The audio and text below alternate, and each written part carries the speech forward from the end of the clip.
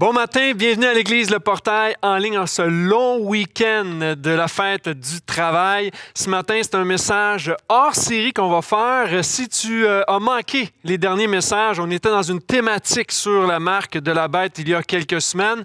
Tu peux réécouter ces messages via notre chaîne YouTube de l'Église Le Portail ou aussi sur Spotify maintenant. L'Église Le Portail, les messages sont sur Spotify, donc on t'encourage simplement à télécharger ou à t'abonner à la chaîne YouTube et Spotify. Et la semaine prochaine, en fait, le message d'aujourd'hui va être un entre-deux pour entamer la rentrée parce que la semaine prochaine, on fait notre grande rentrée avec une série automnale sur le livre de Néhémie. Et ce qu'on désire, c'est rebâtir notre vision de l'Église. Et non pas la vision de l'Église parce qu'on ne doit pas la redéfinir, mais rebâtir notre vision personnelle de l'Église. Un peu notre perception. C'est un peu lorsque je rencontre des jeunes gens qui vont se marier, j'aime souvent avoir le ministère de péteur de ballons.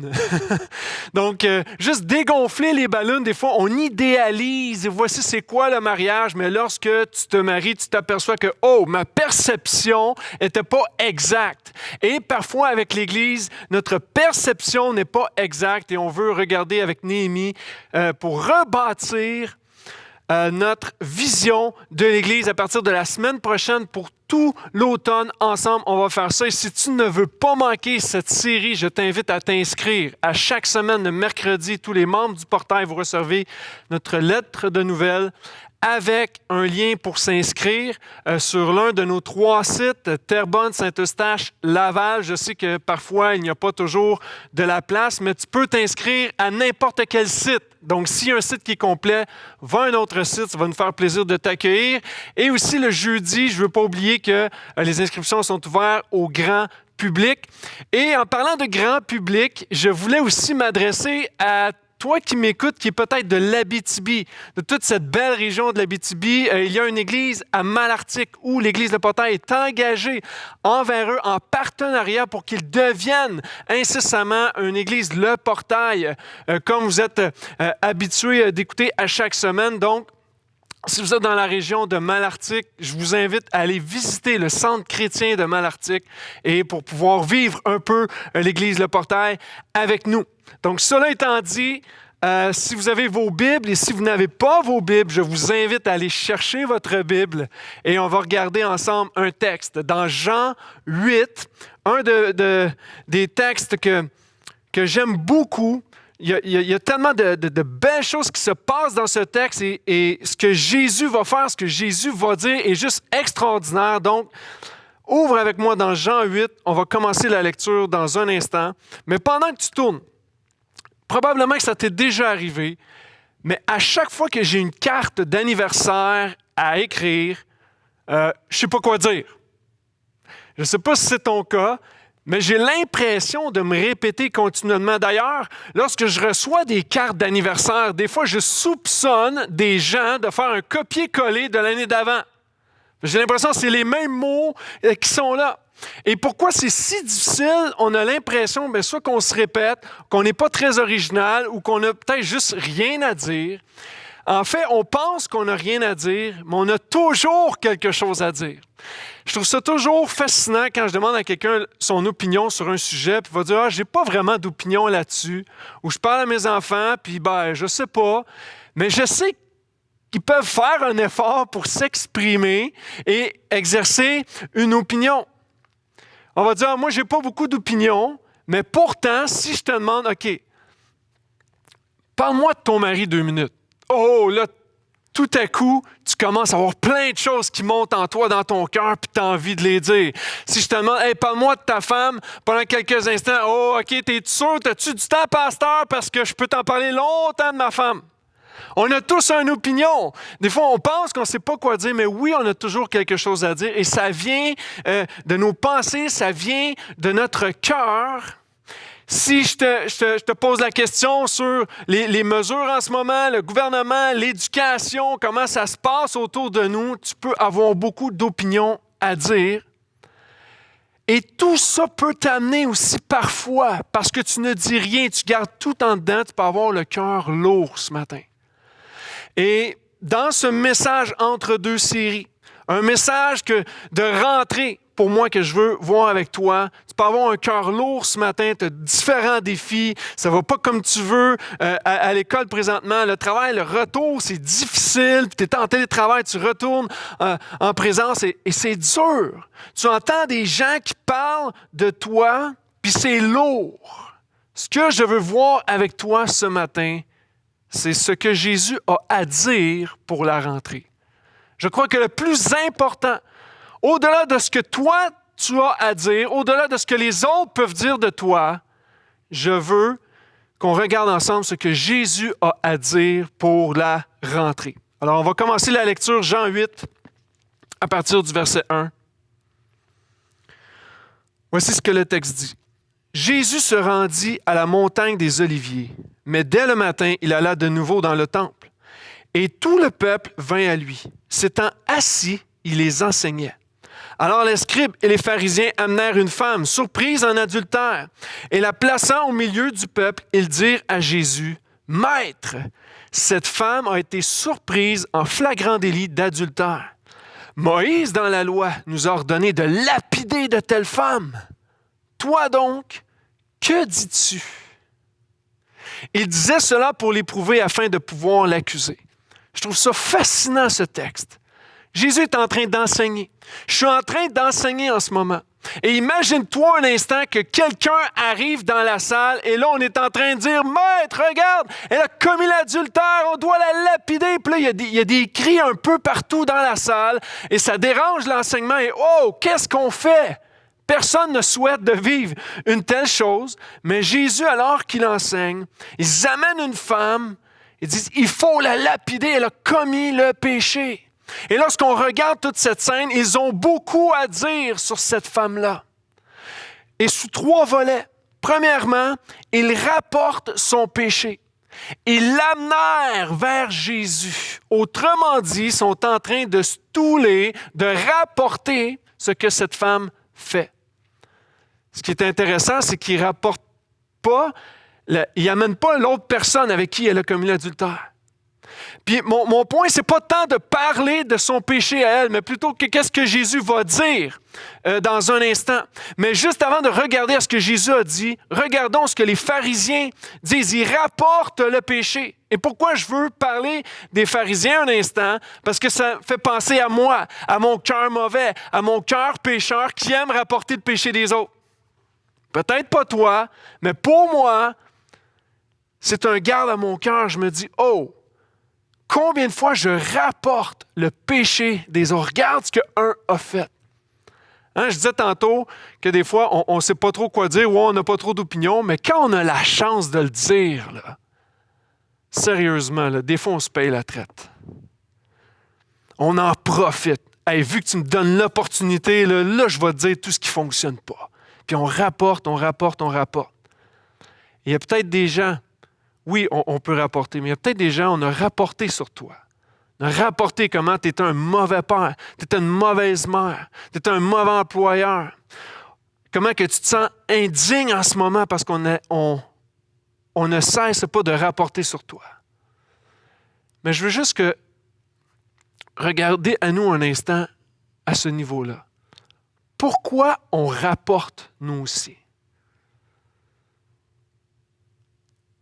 Ce n'est pas nécessairement toujours pour rabaisser les autres, pour montrer le péché dans la vie des autres. Mais c'est pour détourner l'attention de notre propre péché. Des fois, on veut juste pas que le regard soit sur nous, on va mettre le regard sur les autres.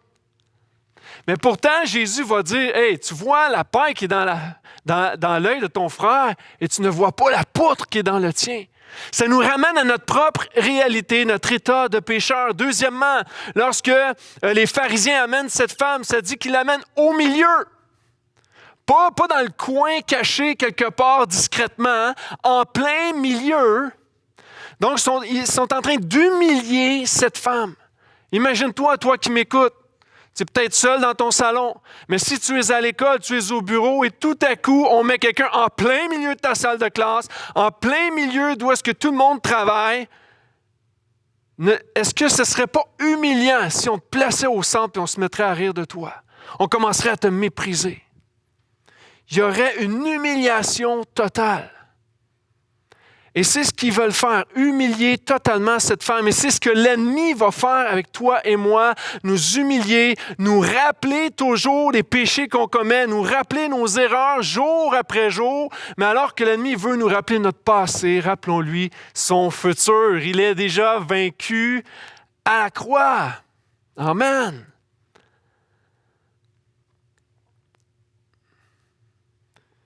Et troisièmement, alors qu'il rapporte le péché, il l'amène au milieu, il l'humilie. Et il y en a, vous savez ce que je veux dire quand on parle d'humilier. Tu as peut-être été sur les réseaux sociaux où tu es le mouton noir de ta famille. Tu sais c'est quoi être humilié. Troisièmement, comme si ce n'était pas assez, il dit, Moïse nous a ordonné de lapider de telle femme. Autrement dit, il n'y a pas de grâce pour toi. Tu as péché, tu vas payer pour. On va te condamner, tu mérites la mort. Et ce que le diable veut pour cette rentrée 2021 pour toi, c'est ta mort. Il veut te garder par terre. L'Apocalypse 12 va dire qu'il est l'adversaire de nos frères. Maintenant, j'arrive tranquillement à ce que Jésus a à dire, à une bonne nouvelle pour toi. Mais regardons la suite du texte. Il va dire, toi donc, que dis-tu? Il pose la question à Jésus. Toi, qu'est-ce que tu dis? Moïse, il dit de lapider ce monde-là. Il ne mérite pas de vivre ce monde-là. Toi, qu'est-ce que tu dis, Seigneur? Ils n'ont pas dit Seigneur, ils ont dit Jésus. Toi, qu'est-ce que tu dis, maître? Tu es un maître de la loi. Que dis-tu? Il y a un suspense qui est là. Tout le monde écoute. Silence. Oh, attends, Jésus va parler. Il y a un silence qui est là. Je peux voir le suspense. Et verset 6 va dire qu'il disait cela pour éprouver Jésus, afin de pouvoir l'accuser. Longtemps, j'ai pensé qu'il voulait accuser la femme. Mais ce n'est pas la femme qui essaie d'accuser. C'est Jésus. Ils veulent le passer au test. Pourquoi? Parce que Jésus avait la réputation d'être au-dessus de la loi. Lorsque ses disciples arrachaient des épis, il dit, ne vous rappelez-vous pas, David, lorsqu'il eut faim, il a pris du pain, hein, puis c'était un jour de sabbat, puis c'est comme si, wow, c'est défendu d'aller chercher du pain le jour du sabbat. Et Jésus va dire que l'homme n'est pas fait pour le sabbat, mais le sabbat a été fait pour l'homme. Donc Jésus va toujours un petit peu plus loin que qu'est-ce qui avait été enseigné. Ensuite, lorsqu'il y a un paralytique qui est là, qui est malade, il est juste pas capable de se lever, on l'a même transporté vers Jésus, puis Jésus va voir ce que les pharisiens vont penser dans leur cœur. Et il va dire, quel est le plus aisé des deux? Tes péchés te sont pardonnés ou lève-toi et marche? Parce que pour eux, c'était insensé. S'il était malade comme ça, s'il était paralysé, c'est parce qu'il y avait du péché dans sa vie, puis c'est juste la conséquence de son péché. Alors que Jésus est en train de démontrer qu'il est celui qui non seulement va pardonner le péché, mais qui va guérir, mais la véritable guérison, elle est spirituelle. Jésus va toujours plus loin. Et là, il est devant un test pour les pharisiens. Et ils vont utiliser une femme comme instrument pour essayer de piéger Jésus. Je sais qu'on ne fait jamais ça. Mais quand j'étais jeune, je voulais une permission spéciale. Je sais très bien quel parent allait me dire oui. Alors, il y a des moments, j'allais voir mon père parce que je savais qu'elle allait me dire oui. Puis quand j'allais voir ma mère, elle disait non. Fait que là, je demandais à mon père, « Hey, père, peux-tu faire telle affaire, tout ça? » Puis il va dire, « Ben, demande à ta mère. » Alors, j'allais voir ma mère. Puis là, ma mère, je posais la question, elle dit, « Qu'est-ce que dit ton père? » Fait que là, je dis, « Ah, mon père, il a dit oui. » Même si ce n'était pas nécessairement un oui, c'était juste, « Va demander à ta mère. » On va se servir des autres pour arriver à nos fins. Et le diable va utiliser la même tactique. Il va se servir de circonstances, va se servir de personnes, va se servir même, il va même essayer de mettre la faute sur Dieu pour ce qui t'arrive en ce moment, pour que tu puisses renier Dieu. pour que tu puisses le mettre hors de ta vie. Tu as des problèmes dans ton couple, il va dire, tu vois, tu sers Dieu, puis tu n'es pas capable de régler les problèmes dans ton couple, c'est la faute de Dieu. Alors que ce n'est pas la faute de Dieu, c'est que l'ennemi veut venir mettre la bisbille dans ta vie. Il va amener la rébellion dans ton cœur, des péchés que tu combats, puis que continuellement tu tombes et tu retombes, puis tu es toujours en train de glisser de plus en plus profondément. Il va dire, tu vois, Dieu ne prend même pas soin de toi. Alors qu'il veut juste te mentir, l'ennemi. Il veut se servir de circonstances pour essayer de mettre le blâme sur Dieu. Maintenant, on a vu ce que les pharisiens avait à dire pour que cette femme soit condamnée, que l'ennemi, c'est la même chose qu'il utilise pour nous condamner. Maintenant, voici ce qui arrive. Verset 6. La deuxième portion du verset 6. Mais Jésus, s'étant baissé, écrivait avec le doigt sur la terre. Comme il continuait à l'interroger, il se releva et leur dit, « Que celui de vous qui est sans péché jette le premier la pierre contre elle. » Et s'étant de nouveau baissé, il écrivait sur la terre. Quand ils entendirent cela, accusés par leur conscience, ils se retirèrent un à un, depuis les plus âgés jusqu'au dernier, et resta seul avec la femme qui était là au milieu. Encore une fois, j'aime cette mise en scène. Jésus est passé au test. Et là, il se baisse. Parce qu'il dit, les pharisiens disent, « Hey, il faut qu'elle soit lapidée, là. » OK? Toi, tu dis quoi? Il y a un test, il faut qu'elle soit lapidée. S'ils disent ça, c'est parce qu'il y a des roches autour. Le texte dit que Jésus se baisse. Il me semble voir les pharisiens puis dire, « Oh, on vient de l'avoir. On a pogné Jésus. Jésus va lancer une pierre, c'est sûr. Il ne pourra plus dire qu'il est le Messie. Parce que s'il lance une pierre, le Messie est censé être sans péché, est censé être le Sauveur. » Jésus se baisse. Qu'est-ce qu'il fait? Il se met juste à écrire dans le sol. Et souvent, on essaie de savoir qu'est-ce qu'a écrit Jésus, puis il y a plusieurs interprétations pour ça, mais ce qui est important, ce n'est pas ce que Jésus a écrit, c'est ce que Jésus a dit. C'est ça qui est important. Que celui de vous qui est sans péché jette le premier la pierre contre elle. Quand on parle de sans péché, pour nous, c'est comme sans commettre une action. Mais le sans péché, c'est beaucoup plus que l'action, c'est sans même le désir de pécher. Le désir de pécher. C'est comme si Jésus disait, OK, vous voulez la lapider, mais seulement si vous n'avez jamais pensé ou voulu faire la même chose qu'elle. Aïe, aïe. Je pense que si je regarde à mon cœur, je pourrais dire, puis plusieurs, on pourrait dire, mais j'ai jamais fait comme cette femme-là, j'ai jamais commis l'adultère. Pourtant, Jésus va dire, si tu regardes une femme, tu la convoites dans ton cœur, tu as commis l'adultère avec elle. Donc, ça va toujours plus loin. Et ici, Jésus est en train de passer un scan, littéralement, sur le cœur des pharisiens et tous ceux qui l'entourent. Il y a un scan qui est passé. Et ce matin, je crois que tu dois réaliser justement qu'il y a ce scan-là sur toi. Parce que la première chose que Jésus dit, lorsqu'il dit que celui qui est de vous qui est sans péché jette le premier la pierre contre elle, c'est une mauvaise nouvelle. La première chose que Jésus a à dire pour la rentrée, c'est que nous sommes tous coupables devant Dieu. Là, pasteur, on pensait que tu allais être plus encourageant ce matin. Attends une minute. Avant d'annoncer une bonne nouvelle, il faut commencer par la mauvaise nouvelle. Un scan est passé sur leur vie et sur nos vies. Jésus voulait démontrer, vous voulez l'accuser. Elle a comme un péché, oui. Puis le péché est condamnable. Mais réalise que tu as des péchés pires encore dans ton cœur. On parlait au début en introduction, il y a plein de choses qu'on a à dire. Il y a plein de choses qu'on ne dit pas, mais on le pense. Et ça fait œuvre dans nos cœurs et qui nous conduit dans le péché. Je parlais de convoitise tout à l'heure. Mais le Proverbe 6, 25, lorsqu'il parle de la prostituée, il va dire « Ne convoite pas sa beauté dans ton cœur ». Un autre texte des Proverbes va dire « Ne jalouse pas intérieurement les pécheurs ». Combien de fois on aimerait ressembler en partie à ce que les pécheurs font?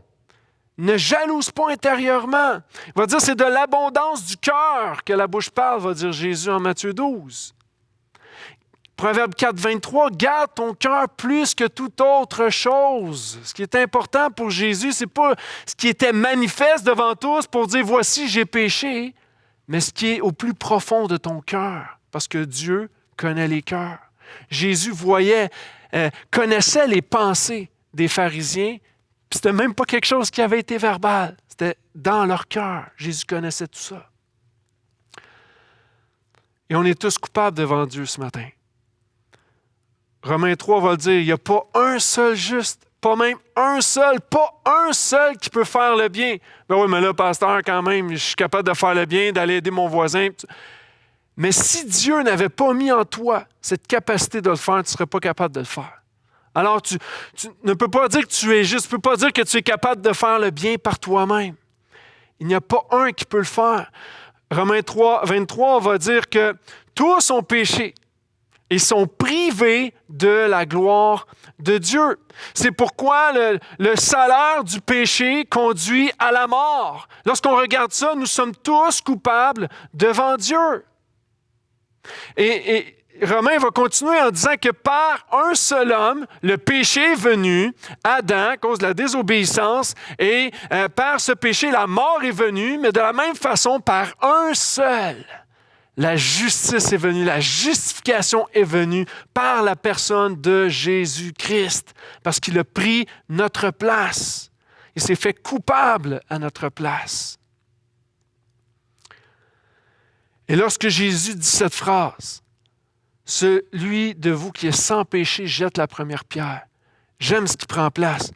Il se baisse encore. Il se baisse encore. Je vous ai dit, là, celui qui est sans péché peut la jeter. Et je me rebaisse. Puis, il me semble voir l'excitation des pharisiens. Mais non, Jésus ne fait rien. Qui aurait pu condamner cette femme? Jésus. Qui est sans péché? Jésus. Il est le seul qui aurait pu le faire, mais il ne l'a pas fait. Et voici ce qui prend place à ce moment-ci. Quand ils entendirent cela, les pharisiens ont entendu ce que Jésus a dit. « Wow, on est tous coupables », sont accusés tout à coup par leur propre conscience. Il y a une réalité qui est là. Oh, on est coupable, nous aussi, ils commencent à se retirer. Et le but de Jésus, c'était de mettre en lumière le péché dans leur cœur. Alors qu'il accusait une femme pour le péché et qu'on est bon pour accuser les autres de leur péché. Regarde ce qu'il a fait, puis on veut le montrer sur nos profils, le profil de nos vies, ce que les autres ont fait. On veut accuser. Et eux vont dire, hey, on voulait accuser Jésus aussi parce qu'il est au-dessus de la loi. Et combien de fois on veut accuser Dieu de ce qui prend place dans nos vies? On est exactement pareil comme eux, on n'est pas différents. Mais ce que Jésus veut nous amener à réaliser, c'est que nous sommes les seuls coupables de ça. Nous sommes coupables du péché. Tout le monde. Et Dieu veut mettre notre péché en lumière. Parce que Jean va dire que Jésus est cette lumière qui éclaire les hommes. Et ça, c'est une bonne nouvelle. Jésus éclaire les hommes. Et regardons le verset 9 ensemble. Jésus resta seul avec la femme. Je ne sais pas pour vous, mais d'être seul avec quelqu'un, des fois, c'est malaisant. On peut être surpris. Un face-à-face, ça peut être malaisant. J'ai un ami qui restait à l'étranger. Puis pour plusieurs années. Et à un moment donné, ça cogne à la porte un soir, la semaine. Et là, alors que j'ouvre la porte, je suis comme figé. Puis là, je suis content, mais en même temps, c'est comme, qu'est-ce qu'il fait là? Je m'attendais vraiment pas à ça. Il fallait qu'il prenne l'avion pour venir chez nous, là. Puis là, il apparaît, puis wow, il y a comme un malaise. Je suis excité, mais je ne montre pas que je suis excité. Il y a toujours des moments comme ça où il y a un face-à-face, où on peut être surpris, où on peut être mal à l'aise, où on a juste envie de fuir. Et là, on voit cette femme-là qui est avec Jésus. Jésus qui vient dire que celui qui est sans péché jette la première pierre. Puis là, personne ne le fait, tout le monde s'en va. Puis là, Jésus reste avec moi. Est-ce qu'il va me lancer la pierre? Il peut se passer tout ça dans sa tête. Est-ce qu'il va me lancer la pierre? Est-ce qu'il va m'accuser? Maintenant, lorsque tu es seul avec Jésus, comment vois-tu Jésus? Le vois-tu comme un accusateur?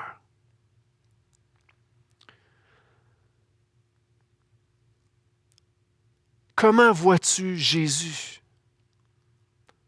Lorsque tu es seul avec lui, comment te sens-tu?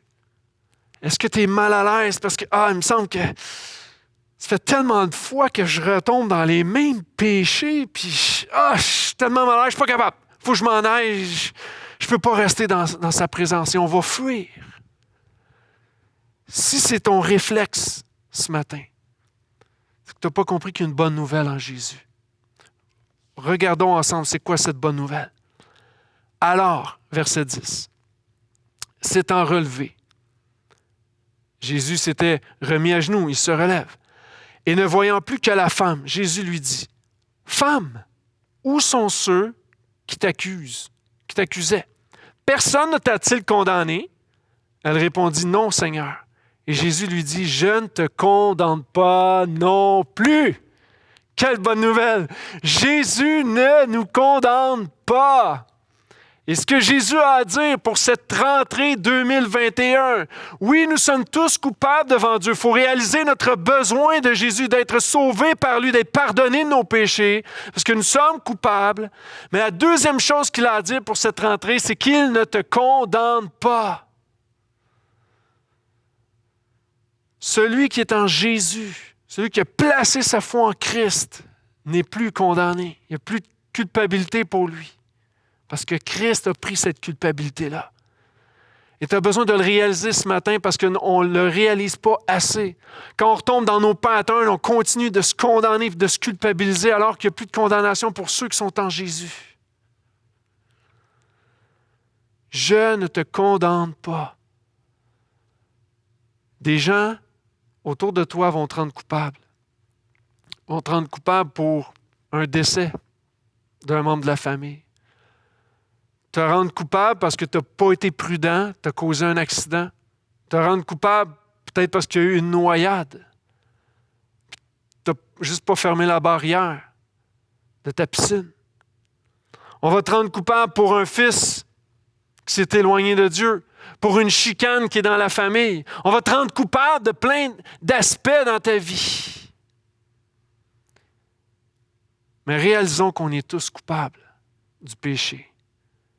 Mais Jésus ne nous condamne pas. Quelle bonne nouvelle! Jésus dit, « Hey, j'ai les bras grands ouverts pour toi, mon ami. Viens à moi. » Et lorsque Jésus dit, « Je ne te condamne pas », est-ce qu'il donnait une licence à cette femme pour continuer de pécher? Je vous pose la question. Est-ce qu'il a donné une licence pour dire, « Gars, je ne te condamne pas, mais continue. » C'est pas ça que Jésus voulait faire. Non. Il lui a plutôt donné une raison d'arrêter. Lorsque j'avais mon permis probatoire, et au Québec, le permis probatoire, c'est que tu as 4 points d'émérite. Après 4, tu perds ton permis. Et ça dure 2 ans. Et je me souviens qu'il me restait 1 point. À un moment donné, je roulais un peu vite et j'ai décidé de passer sur un feu jaune-orange. OK? Donc, on pourrait dire rouge, mais moi, je l'ai appelé jaune-orange. Et là, ce qui est arrivé, c'est que la police l'a vu, elle m'a arrêté et elle m'a donné une contravention. Mais je ne pouvais pas accepter cette contravention-là parce que j'allais perdre mon permis. Alors, je me suis rendu en cours pour essayer de contester ça. Et lorsque je suis arrivé, il n'y avait pas beaucoup de preuves. En fait, il n'y avait pas de preuves. Le policier n'était pas là, tout ça. Donc, le juge a dit, « Monsieur Favreau, vous êtes acquitté. » Est-ce que le fait que j'étais acquitté me donnait une permission pour continuer de pécher sur la route? Absolument pas. Ça m'a plutôt donné une occasion d'arrêter, de prendre mes responsabilités. Et ici, c'est la même chose. Je ne te condamne pas, c'est de réaliser la grâce qui nous est faite et on veut juste marcher dans cette grâce. C'est Augustin qui a dit la chose suivante. Dans cette rencontre de Jésus avec cette femme, c'est la rencontre de la misère avec la miséricorde. C'est exactement ça qui prend place ici. Jésus l'a déclaré non coupable. Jésus a couvert sa disgrâce par sa grâce. C'est la même chose pour toi aujourd'hui. Si tu as placé ta foi en Jésus, tu es déclaré non coupable parce qu'il a couvert ta disgrâce par sa grâce. Tu as le droit d'applaudir même si tu es dans ton salon ou dans ta voiture. Tu as le droit de dire Amen ce matin. C'est une bonne nouvelle. Évidemment, Jésus va condamner le péché. On l'a vu ensemble. Le salaire du péché conduit à la mort. Une conséquence pour ça. Mais il ne condamnera pas le pécheur repentant. Et on le voit à la croix. Alors que Jésus est crucifié entre deux brigands, des meurtriers. Il y en a un qui dit « T'es le sauveur, sauve-toi toi-même. » Et l'autre va réaliser que, lui, il n'a rien fait de mal. Jésus, il n'a rien fait de mal. Mais nous, c'est juste justice pour nos crimes. On ne mérite rien. On mérite l'enfer, on mérite la mort. Puis là, je paraphrase. Puis Jésus va dire, aujourd'hui, tu vas être avec moi dans le paradis. Parce qu'il a compris qu'il était coupable, mais que Jésus était non coupable. Et par cette déclaration, Jésus dit, je ne te condamne pas parce que sa foi a été placée en Christ. Et ce matin, tu peux placer ta foi en Jésus-Christ. Dans ce temps de la rentrée, dans ces temps incertains de la rentrée, tout ce qui se prend place autour, ce qui prend place dans ton cœur, le péché qui est là et qui te ronge et qui t'attire vers le fond, tu peux placer ta foi en Jésus ce matin. Et il n'y aura pas de condamnation sur toi. Pourquoi? Parce que Jésus s'est porté volontaire à la croix. Je ne sais pas si tu as vu le film d'Hunger Games. Si tu as des ados, tu as sûrement vu le film Hunger Games. Mais ce film-là, le titre le dit, c'est les Hunger Games et c'est les 75e jeux qui sont organisés par un gouvernement et va choisir parmi 12 districts, 2 représentants par district. Un gars, une fille qui représente chaque district. Et le but de ces jeux, c'est qu'il y ait un seul survivant à la fin. Et là, Katniss, l'actrice principale, va voir sa sœur être sélectionnée pour participer au jeu, puis elle a à peu près 13 ans, puis elle va dire, voyons, ça n'a pas d'allure, puis elle dit, je me porte volontaire pour aller à la guerre à sa place, pour aller dans ce jeu à sa place. Elle savait qu'elle avait toutes les chances au monde de mourir, mais elle dit, j'aime mieux mourir que ma sœur puisse mourir. Elle s'est portée volontaire au jeu. Et c'est exactement ce que Jésus a fait. On aurait dû tous aller vers la mort, mais Christ il dit non, moi je vais me battre, je vais me porter volontaire. Et Jésus est gagnant. Il est allé à la croix et ça dit que la mort n'a pu le garder. Il a gagné et on est vainqueur en lui. Et j'arrive à la fin. Le dernier verset pour la matinée. Ce que Jésus a à dire pour la rentrée. On est tous coupables, il faut le réaliser. Mais je ne te condamne pas lorsque tu mets ta foi en moi. Et troisièmement, il dit, va et ne pêche plus. Autrement dit, va et expérimente la grâce au quotidien. Est-ce que ça veut dire qu'elle ne péchait plus? Évidemment, non. On pourrait avoir les meilleures intentions au monde, on va toujours continuer de pécher. C'est juste que le péché n'a plus cette puissance sur nous. Elle a été vaincue, la puissance du péché, mais le péché est toujours présent. Et toutes les tentations qu'on peut avoir, est-ce que ça veut dire qu'on va résister à toutes les tentations? Non. On va aussi chuter, on va continuer de pécher. Mais va et ne pêche plus.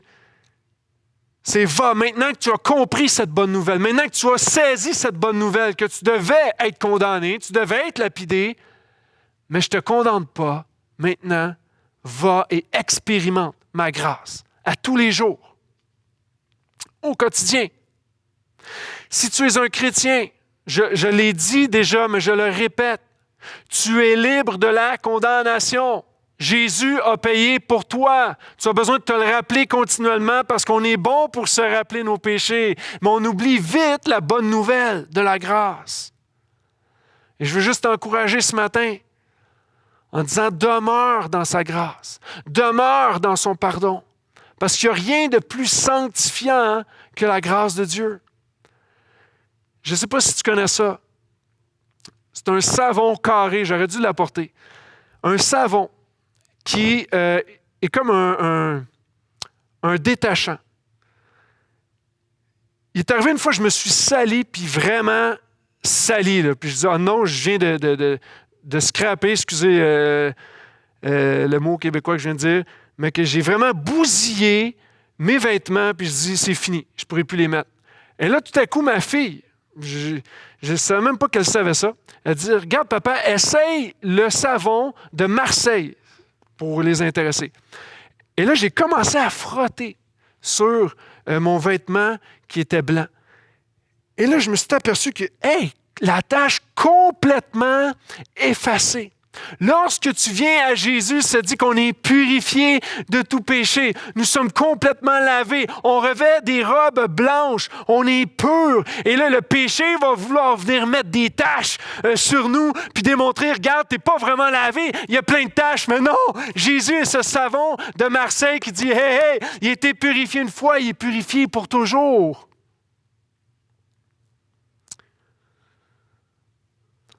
Il n'y a rien de plus sanctifiant que la grâce de Dieu.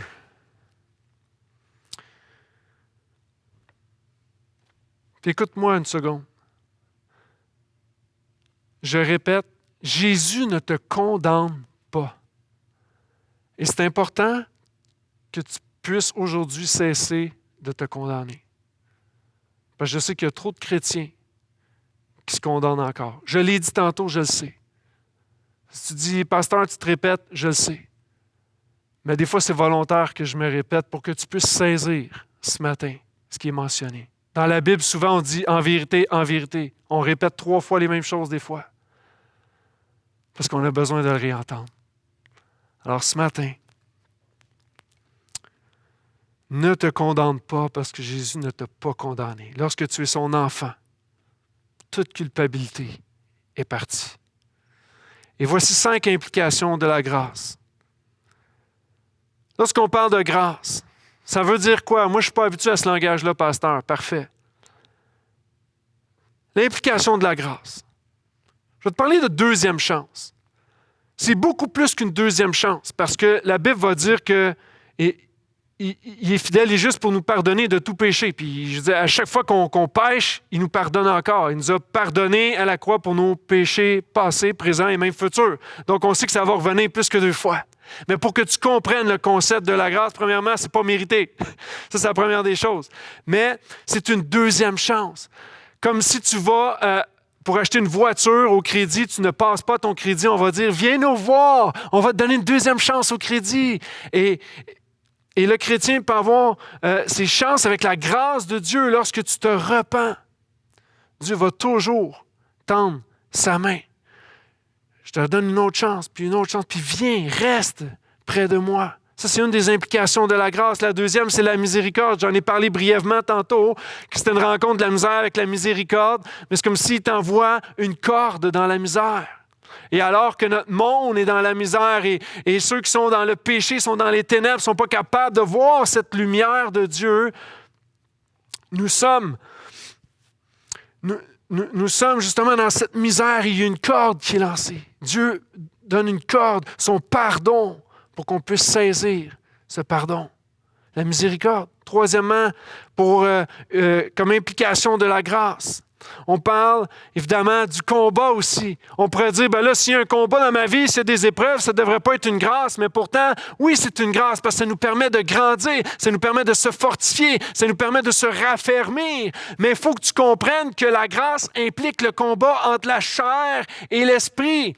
Parce que Jésus, quand il dit « va et ne pêche plus », il ne dit pas « va » puis ça va être super facile, tu vas voir, tu n'as pas à rien faire, que tout va être beau puis tu vas être comme sur un nuage. Non, il dit, va puis bats-toi.